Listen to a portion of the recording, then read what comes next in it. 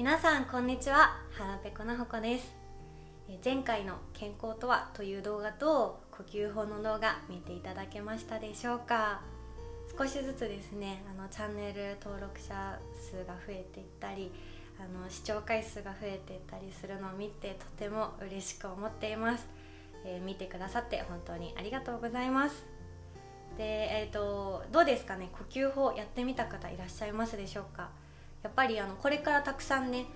体を整えるお話をしていくんですけれども、呼吸っていうのはね一つ大事なところになってくるので、引き続きやってってもらえたら嬉しいです。そんな 2,3 日で体調の変化が現れるかわからないですけど、続けてもらうことで何かしらの変化が起きてくるんじゃないかなと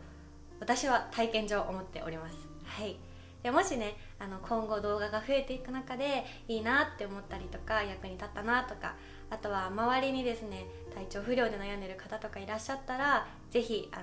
このはらぺこなほこをおすすめしてくれるととっても嬉しいです。はい。で、私この前の前回の動画を自分でですね字幕をつけてて、ちょっと滑舌が悪かったりとか、最後の語尾がゴニョゴニョってなっちゃってたりとか、聞きづらいところもあったなって思ったので、今日はそこもちょっと意識してお話ししていこうと思います。まだちょっと動画に慣れていなくってお聞き苦しいところもあるかと思うんですけれども、ぜひ最後まで聞いてもらえたら嬉しいです。で、今日はですね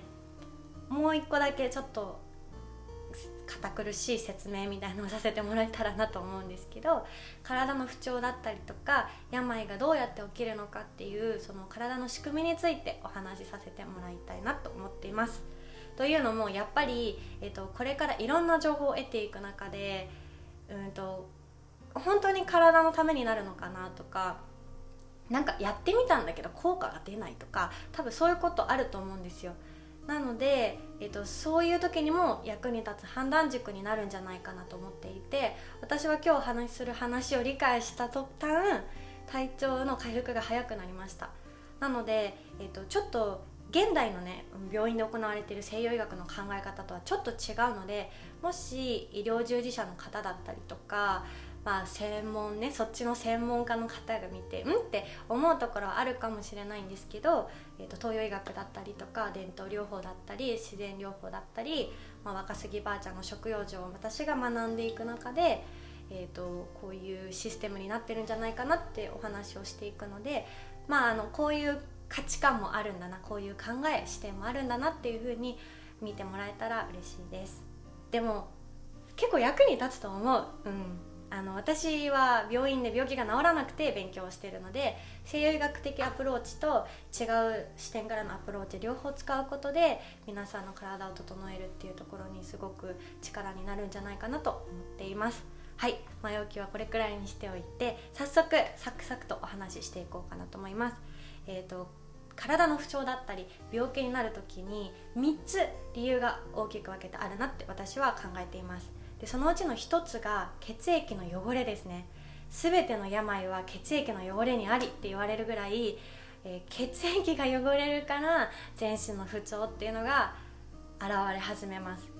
で、血液の汚れっていうのはもうちょっと詳しく話すと、血液が酸化していくことですね。で、血液が酸化していくといろんな理由はあるんですけど、私が一番覚えやすかったのは血中のねミネラルバランスっていうのがどんどん崩れていくんですよ。その酸性を中和しようとして、それで崩れていって、水分量とかもこう変わってきちゃって血液がドロドロになっていく。血液が不健康なイメージって多分皆さんドロドロのイメージあると思うんですけど、そういう状態になっていくんですね。で、そうすると血流が悪くなってしまって、やっぱりね内臓の機能が低下したりとか、そもそも、血液って全身を巡って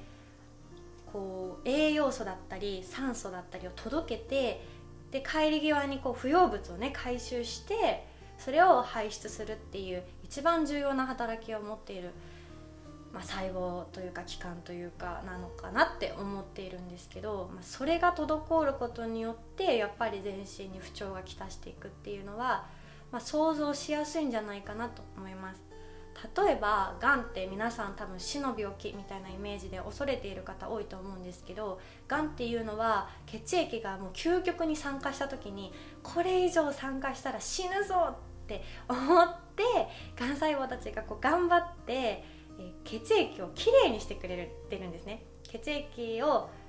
きれいにする最後の浄化装置って言われているのががんの姿なんですけど、なんで全ての病は体を生かそうとして血液の汚れをどうにかきれいにしようとして頑張ってくれている現れっていう考えになります。で血液の汚れっていうのはやっぱり細胞の代謝が正常に行われなくなってって、それで異常細胞ができやすくなるから、それががん細胞になったりとか何か腫瘍になっちゃったり病気になったりっていう風に、医学的にも証明されているっていう感じですかね。はい、で、血液を汚すものっていうのはたくさんあるんですけど、そのうちのちょっと代表的なものをいくつかご紹介しようかなと思います。で、1つ目は食べ物からですね。肉、乳製品、卵などの動物性食品ですね。これは産生食品なんですけど、もともと私たちの体っていろんなものを取り込む中で酸っていうのは必ず出るんですね。ただアルカリ性のものを取った時はその酸っていうのは、二酸化炭素として自然に肺から排出されるので、体の中に不要物としては残らないと言われてます。で、産生食品とか酸性のものを体に取り込んだ場合、その酸性のものがリン酸やったかななんかと結びついちゃって体に残っちゃうんですって。酸毒になっちゃうと。で、やっぱそれを中和したりするのに、例えば骨のカルシウムだったりとか血中のミネラル分っていうのを使ってどうにか中和しようとするので、結局のところ毒素となって体に溜まりやすいっていう形になります。で、同じく酸性食品なのが砂糖、糖類、甘味料ですね。砂糖だけじゃなくって今ってブドウ糖果糖液糖とか異性化液糖とかそういう安いね液糖が使われている商品が多かったりとか、あとはスクラロースとかね、甘味料って言って特にゼロカロリー商品とかそういうのに入っているものっていうのも全て血液を汚します。で、これは汚すだけじゃなくって赤血球を破壊までします。さっき動物性食品の話をしたけど、動物性食品は人間のこの長い人類史の中で食べられてきたものではあるんですね。ただ今ちょっと食べ過ぎてる。本来だったら動物を自分たちで殺して食べるって結構な負担がかかると思うんですけど、それがストレスなくできるような量ぐらいしか食べてなかったのに、今はいつでもどこでも食べれちゃうのでちょっと今食べ過ぎちゃってるんですよ。なので動物性食品はね、そんなにめちゃくちゃ体に悪いわけじゃないんですけど、この砂糖類って本当に人類史史上超ごく最近出てきたものなんですよね。なんで赤血球も破壊して血を溶かしてしまうので、血管を傷つけちゃうしね、血液を傷つけちゃうし、血液の汚れっていうところでは一番大きいんじゃないかなと思います。あとは化学物質ですね。化学物質にもいろんな種類があるので一括して話すことはちょっと難しいんですけど、ものによっては肝臓とか腎臓とかで毒素として処理されずに直接血管に入ってしまうものっていうのもあるんですよね。なので、それからね直接毒素が溜まってしまう、直接汚染してしまうってことがあります。で、あとは最後ストレスです。これもとっても大きい原因だなと思うんですけど、ストレスも血液を酸化させていきます。ストレスを感じると活性酸素っていうのが増えちゃって、あとはストレスを感じると血管が収縮しちゃって、それで細胞だったりとか遺伝子を傷つけるっていうのも科学的に言われています。じゃあ、きれいにするもの何があるかなっていう話なんですけど、これもたくさんあるのでここで全て紹介はしませんが、例えば私が学んでいる若杉ばあちゃんの食養生の中では梅干し、これは昔ながらの天然のお塩を使われた梅としそと塩だけのおばあちゃんの梅干しですね。あとは海藻類ですね。海藻類もとても強い浄血作用があります。あとはよもぎですね。ちょっと都会に住んでたらよもぎを手に入れるのは難しいと思うんですけど、ちょっと自然豊かなところに行けばね、どこにでも生えてる薬草になります。よもぎもね、血をきれいにして血を作る力がとっても強くて、おばあちゃんはもうがぜんねよもぎ推しなんですけど、私もまだね都会に住んでるのでよもぎをちゃんと使えたことがないんですが、この腹ペコな歩行をやっていくにあたってよもぎにもいろいろ挑戦してみようかなと思うので、ぜひちょっと後になっちゃうと思うんですけど、将来の動画も楽しみにしててください。はい、でもうサクサクいくね、いっぱい話すことあるから。2つ目ですね。2つ目は腸内環境の悪化っていうのが体調の不調につながっていきます。で、最近になってですね、腸っていうのは研究が進んできたんですね。それまでは腸ってただの消化器官で大した働きはないだろうって言われてたんですけど、ここ数十年でやっと腸に注目が集まるようになりまして、その結果分かってきたのが、腸っていうのは体の免疫機能の大部分を担っているっていうことでした。だから最近腸活って言葉をね聞いたことがある方もいらっしゃると思うんですけど、腸に注目した健康法っていうのが増えてるのも、この腸が免疫機能を持っていてすごく大事な臓器であるってことが分かってきたから、最近腸のお話が多くなってるっていう形です。で、腸は免疫機能を司ってるだけではなくって、小腸の部分で血液を作っています。なのでさっきね血が大事って言ってたんだけど、血液が汚れても綺麗な血液を作り出せるんだったらまだ体耐えれるじゃないですか。なので腸内環境っていうのはすごく大事になってきます。はい、小腸はね血液を作るところってお話をしたと思うんですけど、腸内環境が悪化する時っていうのは、腸にはたくさんの菌がいるっていうのはご存知ですかね。常在菌たちがたくさんいて、総量が1キロから2キロ大人でねって言われてます。すごい量でしょ。でその中で善玉菌、悪玉菌、日和見菌って言って、聞いたことあると思います。お腹の調子を整えてくる菌と大人のお腹の調子を、悪くする悪玉菌ちゃんと、日和見菌って言ってどっちサイドにもなる菌っていうのがいます。でそのバランスで体の状態っていうのが結構変わってきます。で、その腸内環境をどうやって知るかっていうと、やっぱり便なんですよね。便秘は体の SOS だと思ってください。1日に1回出たとしてもですね、体に負担なくつるんと外に出てくれない方は全員便秘になります。多分ほとんどの人が便秘になるんじゃないかな。なんで、おばあちゃんは便秘が治らなければ病気が治らんって言ってるぐらい、やっぱりその便の状態ってめちゃくちゃ腸内環境をダイレクトに表してて大事なんで、自分の健康状態を的確に知りたい方はぜひ毎日自分のお通じを、意識してみてください。で、あとは肌荒れですね。腸の荒れは肌の荒れって言われるんですよ。なんで、よくニキビができてしまうとか、あとはアトピーとかアレルギーとかを持っている方っていうのは基本的には腸内環境がものすごく荒れています。あと口内炎ができるとかね、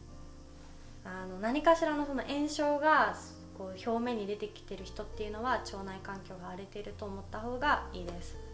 で、腸内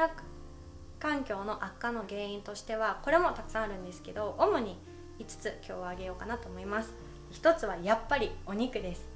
若杉ばあちゃんにね、肉って腐るっていう漢字の中に入ってるって言われた時に結構ゾッとしたんですよ。昔の人は多分知ってたのね。で、体内の温度ってだいたい37度前後あるって言われてるんですけど、やっぱり消化しているうちに腐っちゃうんですよ。ずっと暖かいところに温められたらね、外にお肉放置してたら腐るじゃないですか。あれが結局おならが臭いとか便が臭いとかあれになっていくんですよ。で、でも、今まで人類史上お肉を食べてきた期間って長いし、それでも人間って生きながらえてきたよねって話なんですけど、ここにはですね、東洋と西洋、特に狩猟型民族、農耕型民族の体の違いっていうのがあります。西洋人はですね、基本的には狩猟民族の方が多いのでお肉をよく食べてきてたんですね。なので腸の長さが、東洋人より短いです。で、私たち日本人含む東洋人っていうのは農耕民族で、基本的には穀物と、お野菜が中心で今まで生きてきました。なので穀物をちゃんと消化するために腸が西洋人より長いんですよ。なので今ねミックスの方とかもいっぱいいらっしゃると思うんで、そういう方はどうなってるのかちょっと私わからないんですけど、日本人の血で生まれてきた人たちは基本的には腸の長さが長いです。なので肉食が体に合わないということになります。なんで西洋の人はその腐る前にね外に出せるんだけど、こう日本人は腐っちゃうっていうところを一つ違いとして見てもらえると面白いんじゃないかなと思います。はい。で、2つ目、これもまた一緒、砂糖類と甘味料ですね。これはですね、腸内環境という目線で見ると悪玉菌ちゃんの餌なんですよ。で、悪玉菌ちゃんって面白くって、増えてくると悪玉菌がね食べたいものをね私たちも食べたくなるの。だから一回やっぱ砂糖類とか食べちゃって中毒性になる人って砂糖の中毒性っていうのもあるんだけど、実は悪玉菌ちゃんがもっともっと砂糖くれって言ってたりもします。はい。で、3つ目、小麦ですね。小麦は特に今品種改良されてるふわふわのパンを作るような小麦が主に腸を傷つけると言われています。なんでグルテンフリーとかねそういうのがここ数年流行ってるんですけど、やっぱり食べ過ぎるとリーギーカット症候群かな、ちょっとカタカナ間違えてたらごめんなさいなんですけど、とかでやっぱ腸に穴開いちゃったりとか、腸に炎症が起きやすい人とかは小麦食の人多いんじゃないかなと思います。なのでやっぱり和食がおすすめです。はい。であとは化学物質で特に抗生物質ですね。抗生物質はね1回飲むと、善玉菌とか日和見菌たちの腸内環境が整うまでに2年を要すると言われています。なので抗生物質は本当にしょっちゅう飲むものではないですし、風邪をひいたから飲むものでもないです。本当に体が衰弱しきってしまって薬の力を頼らないと治らない時にもう緊急薬として飲むっていう風な意識にしててください。私は、体調的に扁桃腺炎をすごく持ってた子供時代だったので2ヶ月に1回抗生物質飲んでたらしまいには耐性ができてしまって効かなくもなりました。で抗生物質って漢方とかでもあるんですって、もうちょっと腸内環境を傷つけないものが。なのでぜひそっちに変えてもらえたらいいんじゃないかなと思います。で最後はやっぱりストレスですね。ストレスも胃腸の環境を悪くします。交感神経がね優勢になることで、消化機能が落ちてしまって、そういうのも含めて腸内環境を悪化させると言われているんですけど、ストレス溜まりすぎるとさ胃が痛くなったり腸が痛くなったりするじゃない。だからやっぱストレスがね一番の病の元なんじゃないかなっていうのはすごく思いますね。でじゃあきれいにするものって何かなとか、浄血作用のあるものって造血作用かあるものって何かなってなった時に、その若杉ばあちゃんの食用だったら、根菜類、もちろんねさっき言ってた梅干しとか海藻とかもそうなんですけど、根菜類とかねこんにゃくとかいわゆる食物繊維って言われているものですね。あとは植物性の乳酸菌ですね。よく腸活で最近出てくると思うんですけど、ヨーグルトとかよく言われてたと思うんですけど、ヨーグルトもやっぱり西洋人の体に合ったものになってきてしまうので、日本人は昔からやっぱお漬物、ぬか漬けだったりとか発酵してるお漬物だったりとかたくあんとかね、あとはお味噌汁とかお味噌にも植物性の乳酸菌がたくさん入ってるし、醤油とかにも本来は乳酸菌がたっぷり入っているものなので、そういうものから体をきれいにしたりとか血を作ったりっていうのをやってきていました。で、3つ目ですねは低体温ですね。低体温の人は病気がちだと言われています。でこの低体温っていうのはやっぱ最初の1つ目の血液の汚れとか2つ目の腸内環境の悪化っていうのが深く関わってきています。そもそも人間の体内の酵素だったりとか働きっていうのが活発になるっていうのが37度前後って言われてるんですよね。37度かな。でなんで人の表面的な体温は最低でも 36.5 度からやっぱり37度前後が健康になる体温と言われています。なので、今 36.5 分以下の方は低体温だと思ってください。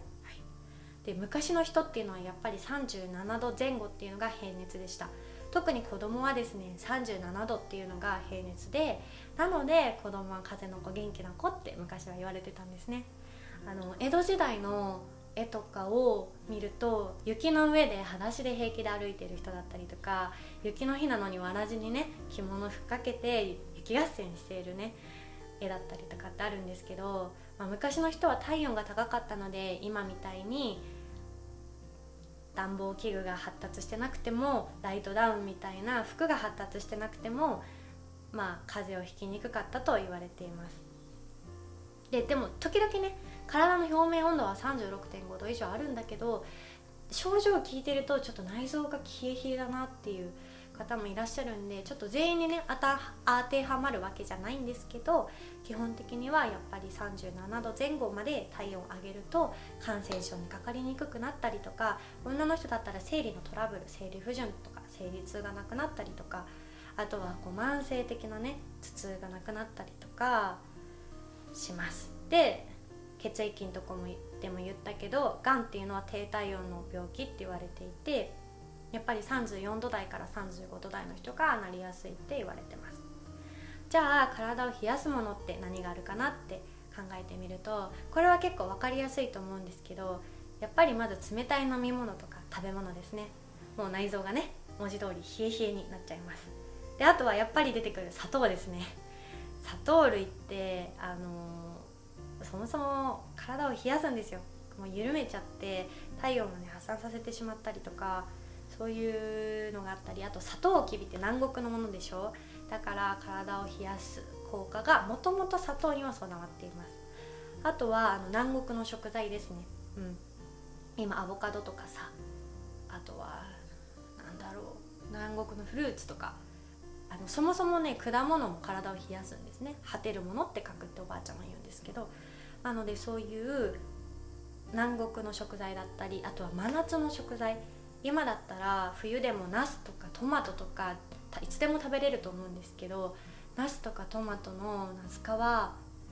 ものすごく体を冷やすんですよ。なので妊娠中の方が食べると時々ね胎児を溶かしてしまって流産を起こしたりとかしてしまうので、昔から秋ナスは嫁に食わすなって言って、その暑い時期を過ぎた時にナスをねお嫁さんに食べさせないでねっていうことわざとかがあるんですよね。なのでやっぱり季節じゃないものを食べると体を冷えたりします。あとはやっぱり化学繊維ですね。今の服安いものはだいたいナイロンとかポリエステルとか石油で作られているものが多いと思うんですけれども、それも体を冷やす原因になります。私は食生活を変えて体の感覚が繊細になってから、ユニクロとかで売ってるシームレスパンツってあるじゃないですか。パンツの跡が見えないやつ、あれ履くともう子宮とお腹と腰が冷えちゃって、すぐに喉が痛くなったりとか体がだるくなったりとか、そういうね変化が出てきました。なのでやっぱり天然繊維、絹とか麻とか綿とか昔から使われてきたものっていうのがおすすめだったりします。あとは冷房ですね。これからの時期暑くなってくるので、冷房がついている場所に行ったり自分の家で冷房をつけたりすると思うんですけど、想像以上にですね体の内部から冷えているので、やっぱりちょっと対策は必要です。あとは最後やっぱりストレスです。体がですねストレスを感じるとギューッと縮まっちゃってですね、血行不良を起こすんですね。血行不良っていうのもやっぱり冷えの原因の一つになるので、ストレスをなくすだけでも体の体調っていうのは結構変わってくると思います。はい、じゃあ温めるものってなんだろうっていうのをちょっと紹介させてもらうと、左右ですね、お湯のことですね。あとは本くず粉って言って、くず粉って葛根湯とか聞いたことあるかな。昔から解熱剤だったり風邪薬として使われてきたくずの根っこっていうのがあるんですけど、そのくず湯を作ったりとか、あとは梅小番茶ですね。これ多分これからめちゃくちゃ出てくると思うんですけど、そういう体を温める飲み物もあります。あとはやっぱり根菜類ですね。あとは毎日味噌汁飲むとか、そういうね体の中から温めるっていうことが一つで、あとはですね土鍋とか炭とか遠赤外線の効果が発揮できるものっていうのも体を温めやすいです。ああとはもう外側からですね、レッグウォーマーとか腹巻きだったりとかお風呂入るとか、そういうのもあります。あとはもういろいろやるのめんどくさい方はこう手でさすってあげてください。ゴシゴシしなくていいです。優しくさすってあげるだけでも血行を促進しますし、これだけでもね体が温まってきます。あとは最後大事なのは塩気です。血潮って書くぐらいやっぱ血と塩っていうのはすごく濃いつながりがあるんですけど、塩気をですねちゃんと取らないとですね病気になっちゃうんですよ。塩っていうのは体温を上げるし、血液を作る効果もあるので、もう本当に体にとって必要不可欠です。で今減塩っていうのをここ数十年言われてきてると思うんですけど、それは精製塩って言って、やっぱりお砂糖みたいにお塩も科学的にこう生